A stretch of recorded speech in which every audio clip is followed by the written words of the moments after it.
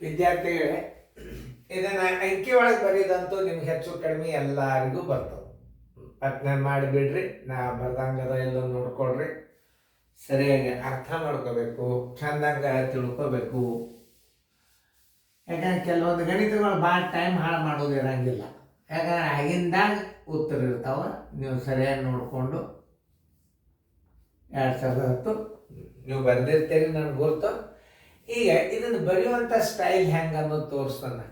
16 ಲಕ್ಷ ನೋಡ್ರಿ, ಬಿಡಿ 10, 100, 1000, 10,000, ಲಕ್ಷ, 10 ಲಕ್ಷ.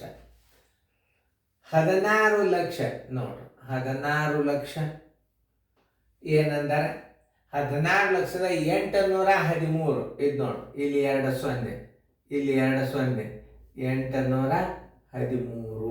ತಪ್ಪಬಾರದು ನಿಮಗೆ ಒಟ್ಟು. ಇದನ್ನೇನು ಮಾಡಬೇಕು, ಗುರ್ತ ಮಾಡ್ಕೊಂಡು ಇಷ್ಟರೇ ಯಾಕಲ್ಲ ನೀವು ಬಿಡಿ 10, 100, 1000, 10,000, ಲಕ್ಷ, 10 ಲಕ್ಷ, 16 ಲಕ್ಷ, 16,813. ಈ ಉತ್ತರ ಸಂಖ್ಯೆ ಎಲ್ಲದು ಹುಡುಕ್ಯಾಡ್ರಿ. 16,08,013 ಉತ್ತರ ಸಂಖ್ಯೆ ಸಿ. ಎಲ್ಲ ನಮೂನಿ ಗಣಿತಗಳು ಬರ್ತಿರ್ತಾವೆ. ಎಲ್ಲ ಮೀಡಿಯಂ ಹುಡುಗರು ಪಾಸ್ ಆಗಂತವೂ ಹಾಕಿರ್ತಾರೆ. ಕೆಲವು ಇಂಥವು ಬರ್ಲಿಕ್ಕೆ ಬರೋದಿಲ್ಲ ವಿದ್ಯಾರ್ಥಿಗಳು, ಅಂಥವ್ರು ಇರ್ತಾರೆ. ಮಿನಿಮಮ್ ಪಾಸ್ ಆಗಲಿ ಅಂತ ಸರಳ ಕ್ವಶನ್ ಒಂದು 10 ಇರ್ತಾವೆ. ಆಮೇಲೆ ಬಿರಿನೂ ಇರ್ತಾವೆ. ಚೆಂದಂಗೆ ನೋಡ್ರಿ.